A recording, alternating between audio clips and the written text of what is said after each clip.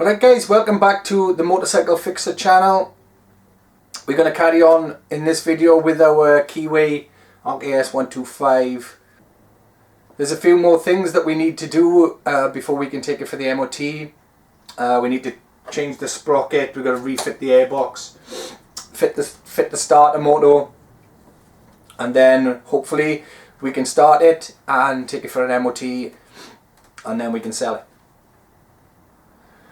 So without further ado, let's get on with it. The first job we're going to tackle this week is to change the front sprocket. The teeth are a bit hooked. First thing we need to do is there's a washer that needs to be bent over against the nut. So we need to flatten this washer. If I put it in gear though, it'll hold it still for me. So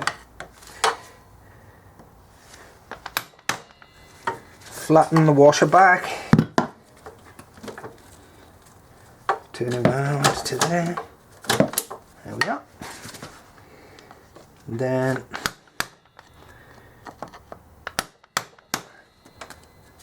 give it a tap. That socket seems very loose on it. Can you see that moving? Shouldn't be like that really. So, and then I'm going to try and whiz it off with my impact driver. Oh, that was very loose. That's not a great sign, is it? So then we can just pull our sprocket off, and as you can see, see they look like they're hooked. And that means it's very worn. On this bike, it looks like they've changed the rear. It looks like they've changed the rear sprocket and the chain, but not bothered to take the front sprocket off.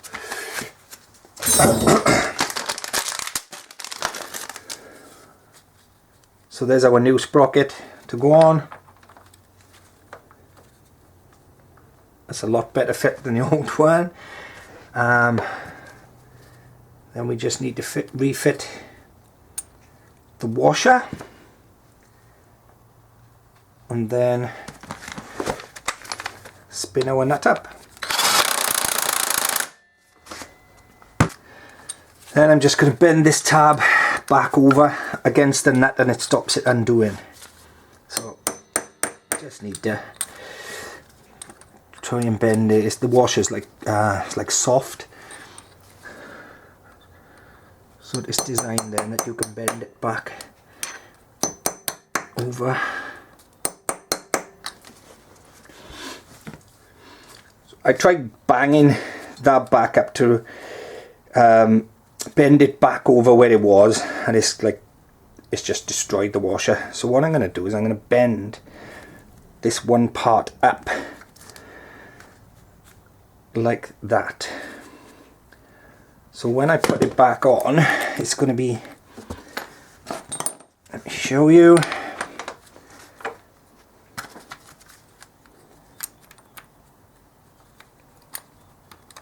Let's put that bit on the side there, like so.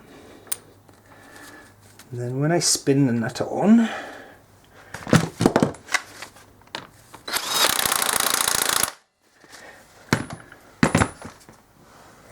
and it flattened it back down. That's not great, is it?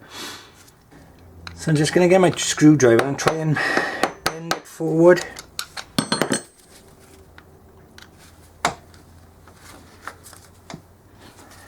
My word.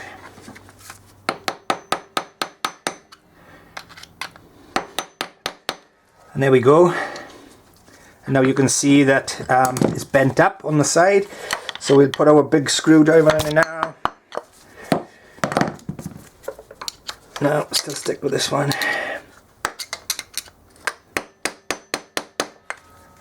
See, and that's what we want to do, is bend it against the nut.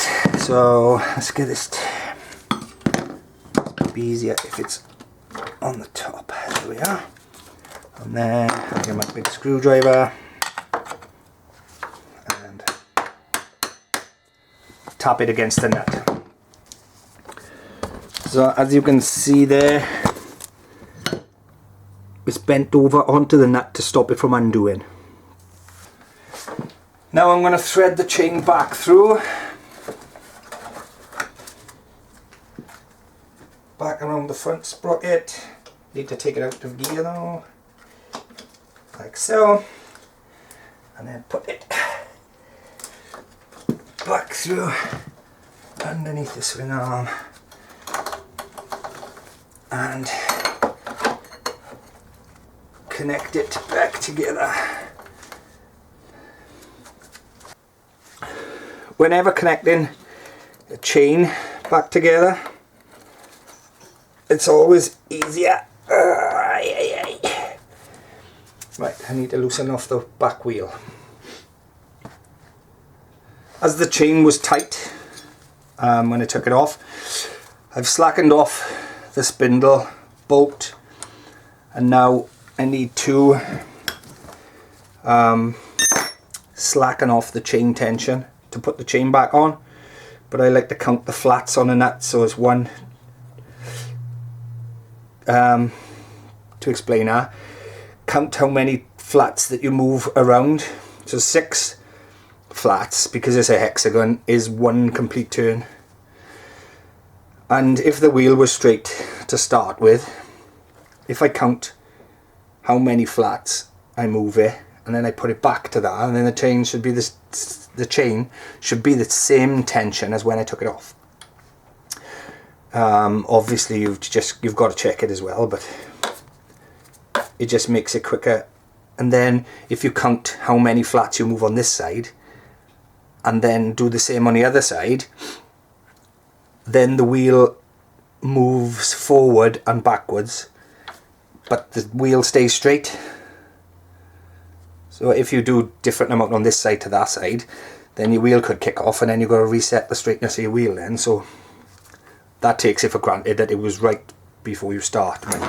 So if you sit open bike, you'd know it was straight, wouldn't you? So that's 2, 3, 4, 5, 6, 7, 8, 9, 10, 11, 12, and I can count. So that's 2 full turns out. So same on this one. 1, 2, 3, 4, 5, 6, 7, 8, 9, 10, 11, 12. To be honest, right, it's only the inner one that counts really, because that's the one that gives you the correct distance for your chain tension. So you can move the outer one out as far as you want really, but it's the inner one that you need to count the threads. And then once you put this back to where it's supposed to be, you tighten the outer nut up against it. So that's the way to do it. So I'm just going to do the other side.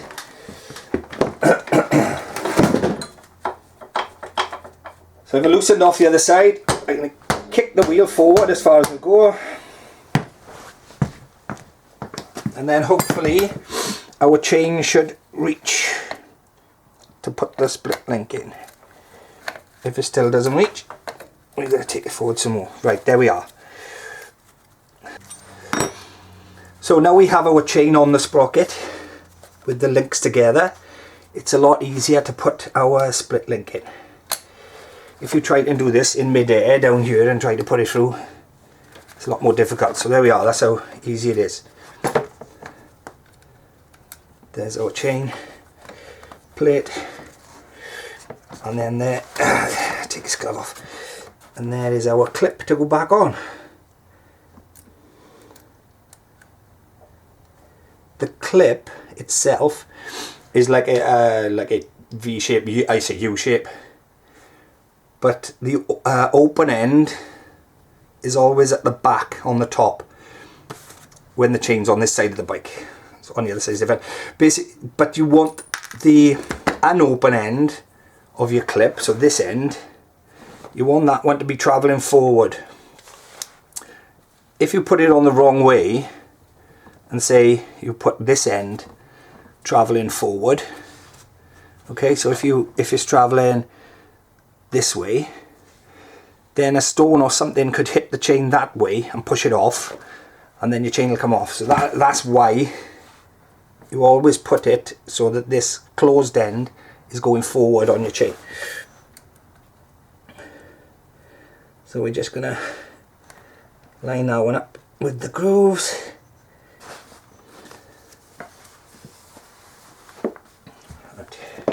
So when it's lined up with the grooves on the pins and lined up on the pins like so, you should just be able to tap it on. And there we are. So now it's just a matter of taking each of these nuts in, then 2 turns, tightening the bolt up, and that's our chain tensioned. Right, this is all tightened up now. So obviously you need to chain, once you've messed with the back wheel and the chain tension, you need to check your chain tension. You want here underneath, you want about 1 inch of play in your chain, but that's with the bike on the floor. So I'm going to need to adjust this when I take the bike out of the shed and I sit on the bike, and I probably need to adjust that again, because it's the right amount of free play really, but that'll go tighter when I sit on it. So that's how to check the chain tension.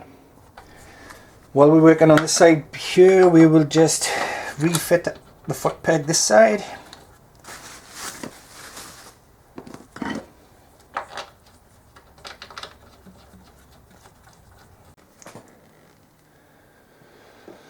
Now we're going to refit our airbox after we've sealed it around.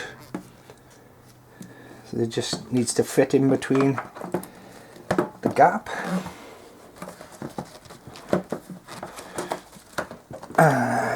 Yeah.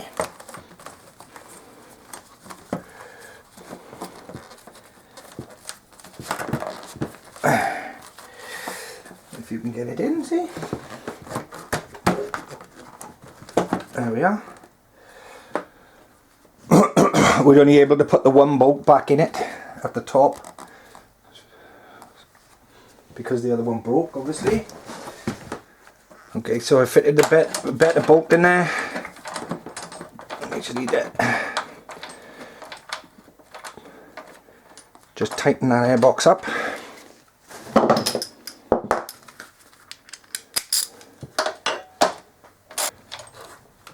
Don't tighten this bolt up too much, because the insert will spin inside the airbox and then that'll cause you problems to get it back out. So that's our airbox fitted. We just need to fit now the airbox manifold to the back of our carb. The crankcase breather goes from the top of the engine and it goes into the airbox, which is at the back here.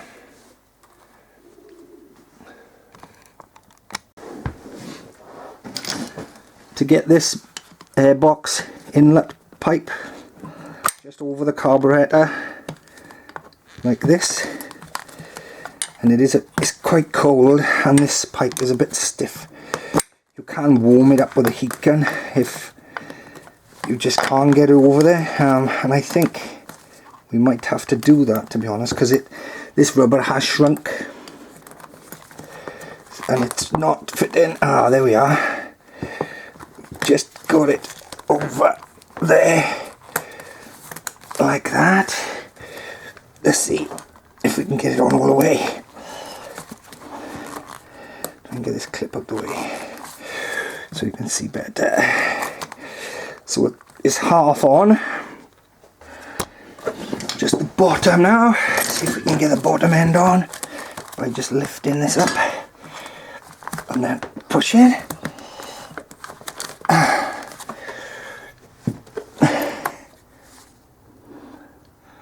I think what I'll do is I'll loosen off this bolt on the airbox so that I can bring the airbox forward to get this on, and then I'll do it back up.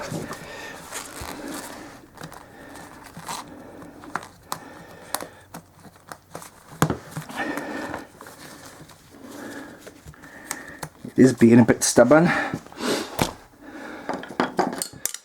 So sometimes if you put a screwdriver on the frame there and put the end of it on the lip and then push it on, and see how that's gone on. I don't know how well you can see it, but if I do that, and then if I go around the other side, do the same thing there.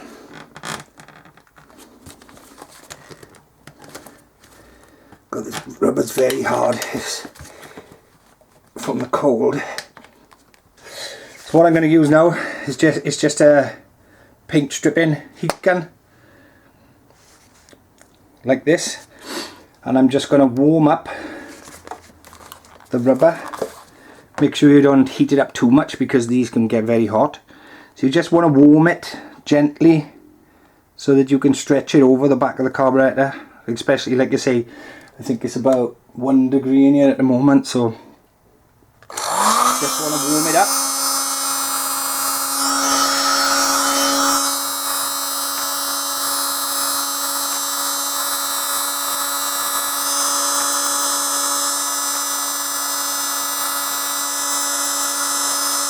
Make sure you don't melt through any of your wires with the tip, because this gets quite hot, so make sure you don't touch it on any of the wires.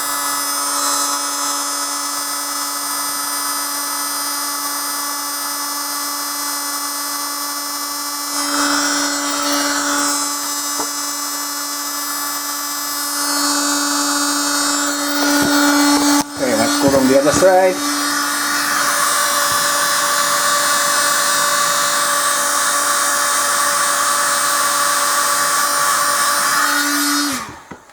And now we should be able to stretch this over the carburetor.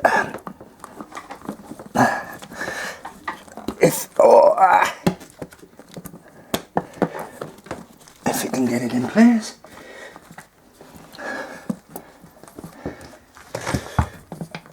Ooh.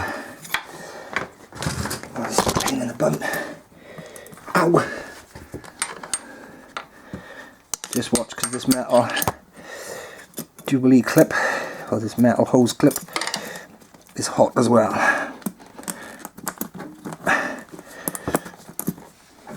Okay.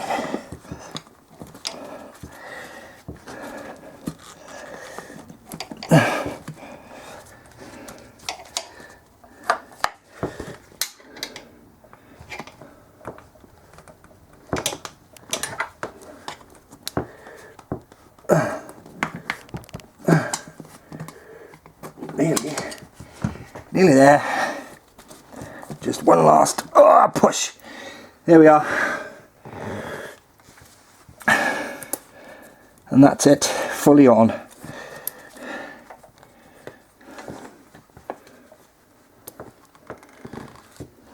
That was a tough one. Now I just need to tighten it up before it shrinks back. Now we're on the other side of the bike. We're going to put our newly refurbished foot peg on. And we're going to bolt that up.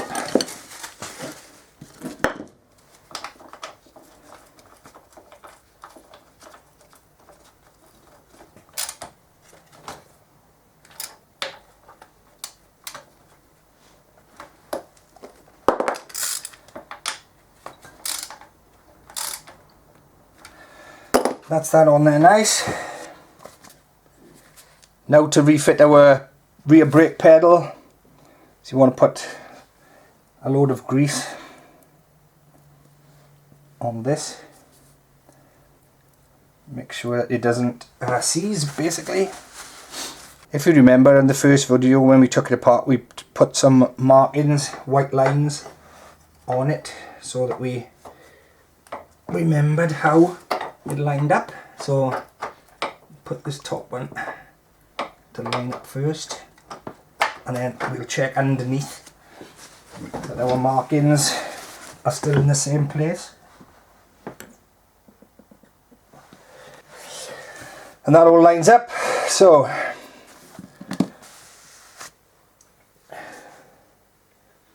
our bolt.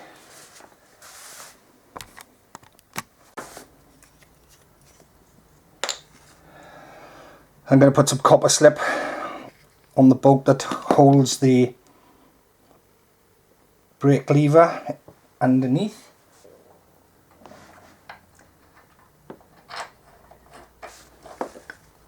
I'm going to just do that up now.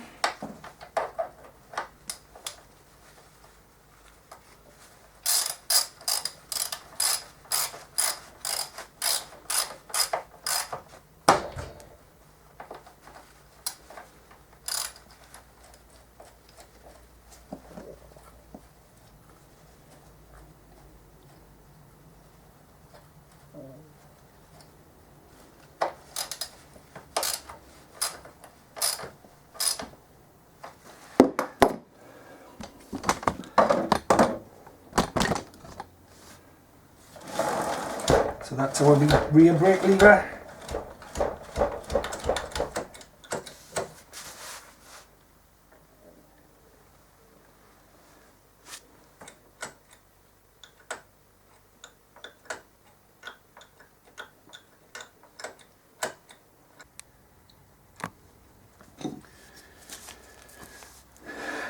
Next job now is to fit the new starter motor and put some grease around this front end of the starter motor and on the O-ring. With it on the O-ring, it'll make it easy to fit, and it's just a matter of pushing it into the hole where it come out of, like that. And then refitting the two bolts at the end. There's one in there and one in there. And then refitting our electrical connection. Make sure on the electrical connection that it's not covered in rust. So I'm going to clean this one up now. I'm going to clean this connector up.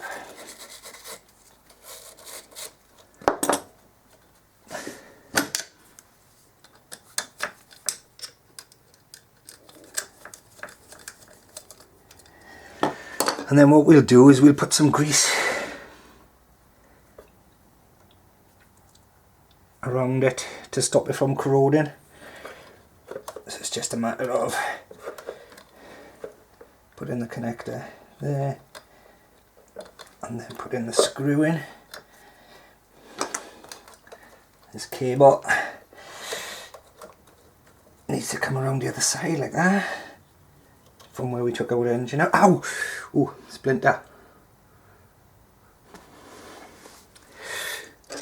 Tinker. Right. So like I say, just put the put the screw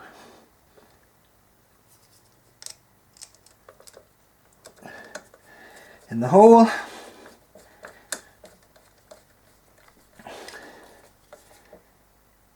And that's our connection on there, and I'm going to give it a bit more grease before I put this boot over the top. There we are. Okay, so that's our starter motor fitted. I'm just going to do these screws up off camera. So with our starter motor finished, we haven't got any petrol in the carburetor or the tank on. I'm just going to push the button and make sure that the starter motor turns the engine over, which it does very slowly, which means I have to charge the battery before we try and start it, but that's okay. Now it's time to refit our exhaust. So I'm going to just offer it up there to the front. Does it go underneath? Like that, does it? Yes. So I'm going to just offer that up to the hole there, and I'm going to just put this bolt in loosely so the exhaust is hanging on it. Then that'll make it easier then for us to put our front end in. So putting our front end in, we've got a new crush washer that sits in. Then our exhaust pipe sits in the hole behind it. And our flange then sits in there to crush it all together. We've got our 2 bolts that go in through the flange and into the head. So just gonna try not to get in the way of the camera. Put our bolt through, get it to line up with the hole, which is always good. And then we're just gonna make sure that you. I'm going to undo this one a bit now, because the other one seems like it's cross-threading, so I'm going to try and put the other one in first. The last thing you want to do is damage the threads in the head that these bolts go into, because if you damage the threads, then the head has to come off for it to be time-zerted or helicoiled or whatever. So make sure that you don't cross-thread these bolts. It is very important. So let's see if I can just get this one in and started. Let's see.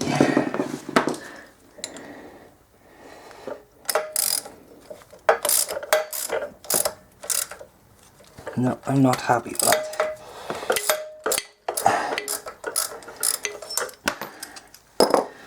Not happy with it.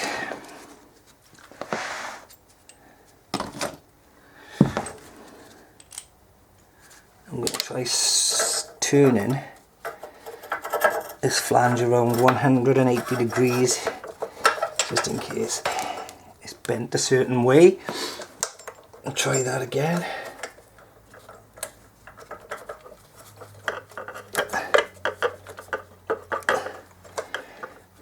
Not really.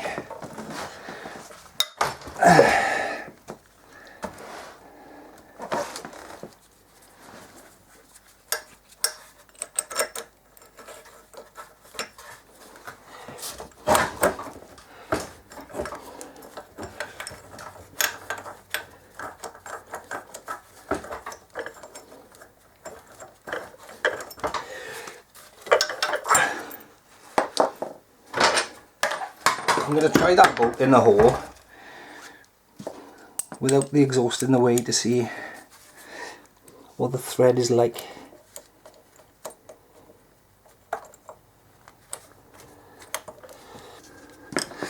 Okay, so this one in the top I can just wind in by hand. This one in the bottom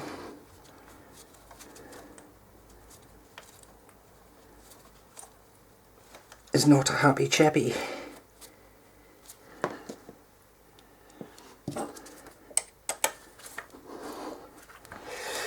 I think someone may have damaged the threads already at some point in the past.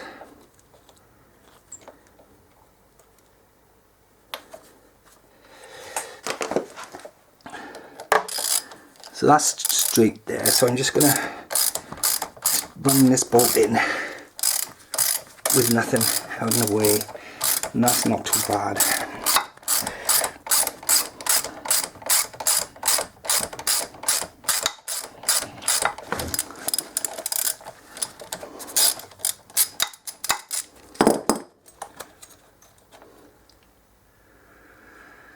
Let's see how shiny, can you see how shiny the bolt has gone there? Maybe it was some corrosion or something on the bolt. It seems to be a bit better now, so what we'll do now is we'll offer the exhaust up again.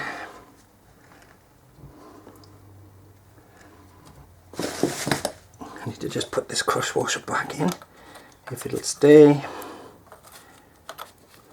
which it won't. I have to put it in when I have the exhaust in place. Same thing again, we're going to offer the exhaust up, hanging on the bolt at the back.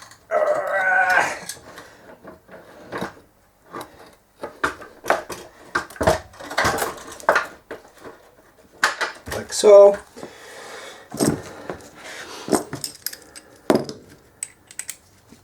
Don't forget the crush washer, and then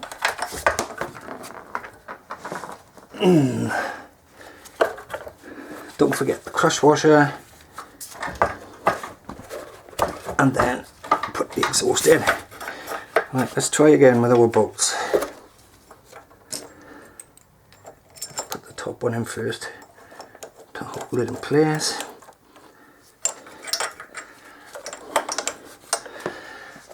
And let's see now if I've made a difference with putting this bottom bolt in.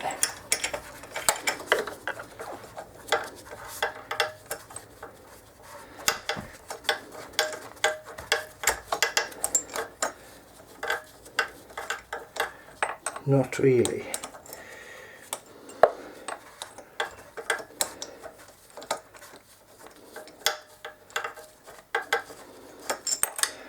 Oh.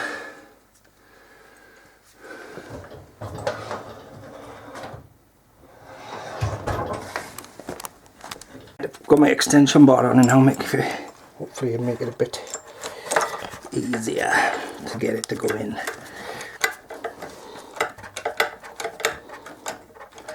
There we are. That's better.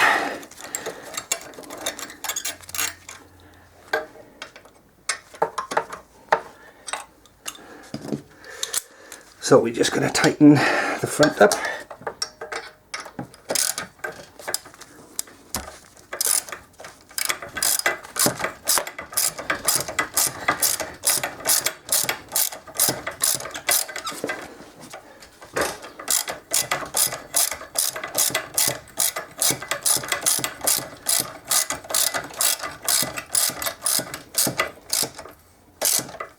What you need to do now by tightening these up is you need to give it enough pressure so that you crush the crush washer, the aluminium crush washer. Otherwise your exhaust will blow at the front.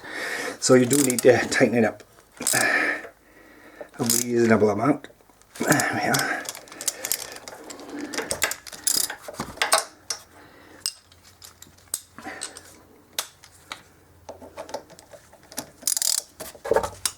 There we are, that's that nice and tight on the front there.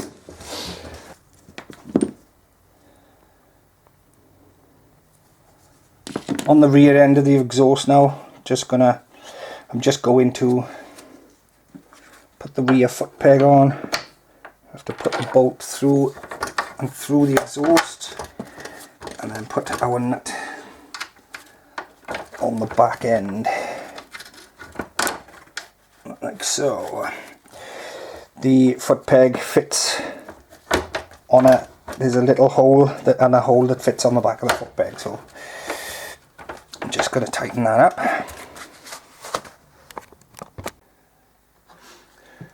That's all that's left for us now this evening, is to put the battery on charge.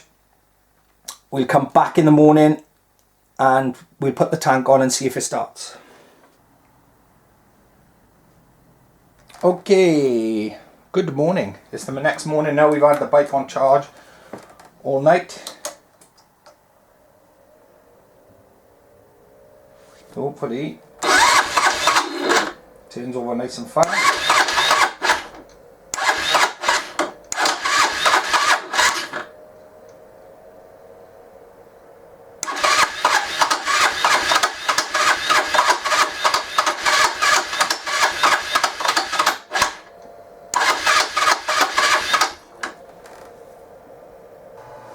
now I'm just going to check for a spark.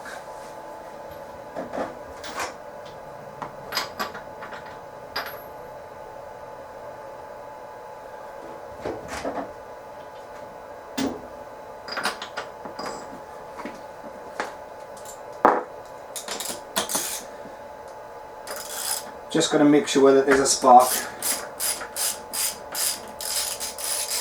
It's more likely to do with the fuel not getting through, but rather than keep cranking it, then it's better if we just check. Make sure that we have a spark. So plug that in, put that there.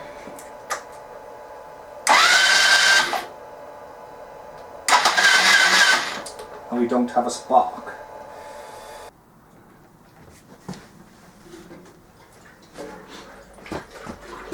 Welcome back! Well, after a couple of weeks of pulling my hair out of this bike and not having a spark, I found out what it was. Now I thought sometimes when you weld on a bike, you need to disconnect all the battery and the CDI and regulator, rectifier and other stuff that may be a bit delicate and you may blow it. But majority of the time it's fine as long as you put the earth clamp close to the welder. So, but this time I had no spark, so I thought, oh, it could be the CDI or it could be the regulator rectifier. So I bought a CDI for it. New CDI for it, fitted that, no difference. So I bought a new regulator rectifier for it, just in case that had blown, and I fitted that, and there was no difference. So after a couple of days of scratching my head and going through every connection and wire on the bike, I found out what the problem was. And I'll show you in just a second. But first, we're going to start the bike,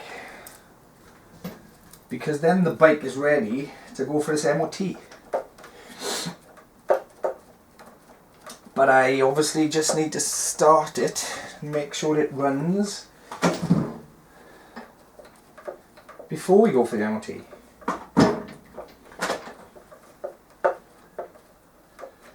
So I just connect the tank back up, put the spark plug back in,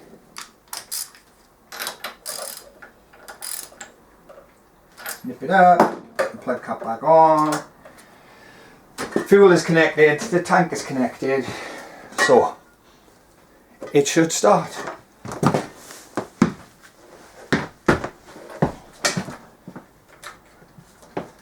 We have ignition,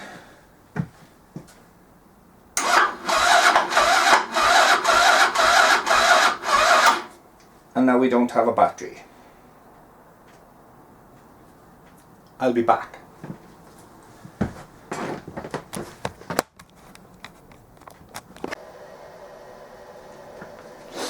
Right, should we just try that again to see if it starts? As I said, if it starts, I'll take it for the MOT.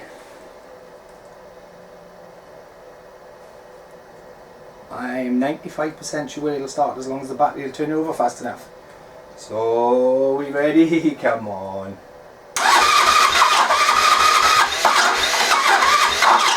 Ooh, let's try a bit of choke, is there?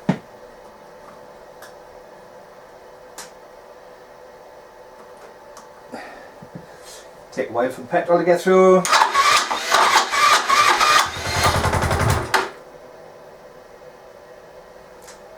Hold on.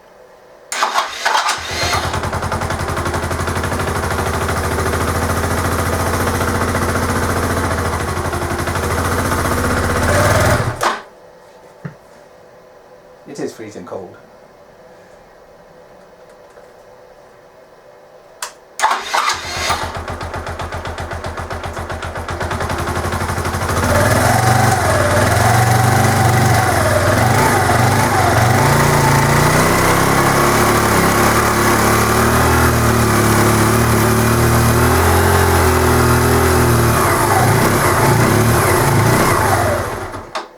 Anyway, it starts. So it's ready for the MOT. So now I'll show you what I found.